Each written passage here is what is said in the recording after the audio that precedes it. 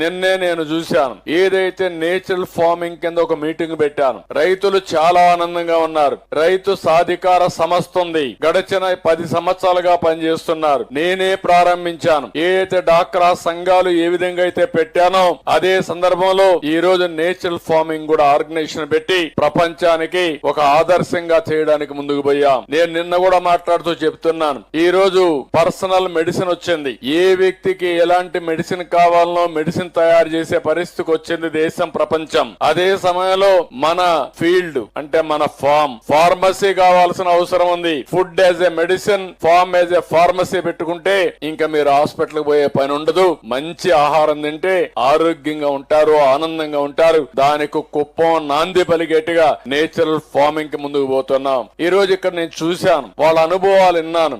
ఆదాయం పెరుగుతా ఉంది. 1 ఎకరాలో కరెక్ట్ గా చేస్తే నెలకు 30,000-35,000 రూపాయల ఆదాయాన్ని తీసుకునే పరిస్థితికి వచ్చారు. మొత్తం ఆర్గానిక్ ఫార్మింగ్ గాని నేచురల్ ఫార్మింగ్ పోతే చాలా పెద్ద ఎత్తున లాభాలు వచ్చే పరిస్థితికి వస్తుంది. అదే మరి పెట్టుబడి తగ్గుతుంది, ఆరోగ్యం పెరుగుతుంది. ఇంకో పక్క ఈ రోజు నిన్న నేను చూసినప్పుడు కేర్ అండ్ గ్రో, ఇది కూడా మీరు చూస్తే అర్లీ చైల్డ్ డెవలప్మెంట్ కోసం ఈసీడీ ప్రాజెక్ట్ ఒకటి ఇంట్రడ్యూస్ చేశారు. వాళ్ళు చిన్న పిల్లల్ని ముందుగానే చూసిన తర్వాత ఏ విధంగా వాళ్ళల్లో డెవలప్మెంట్ చేయాలి, ఎలాంటి లోపాలు ఉన్నాయి, ఎట్లా కరెక్ట్ చేయాలి, అవన్నీ చెప్పే పరిస్థితికి వచ్చారు.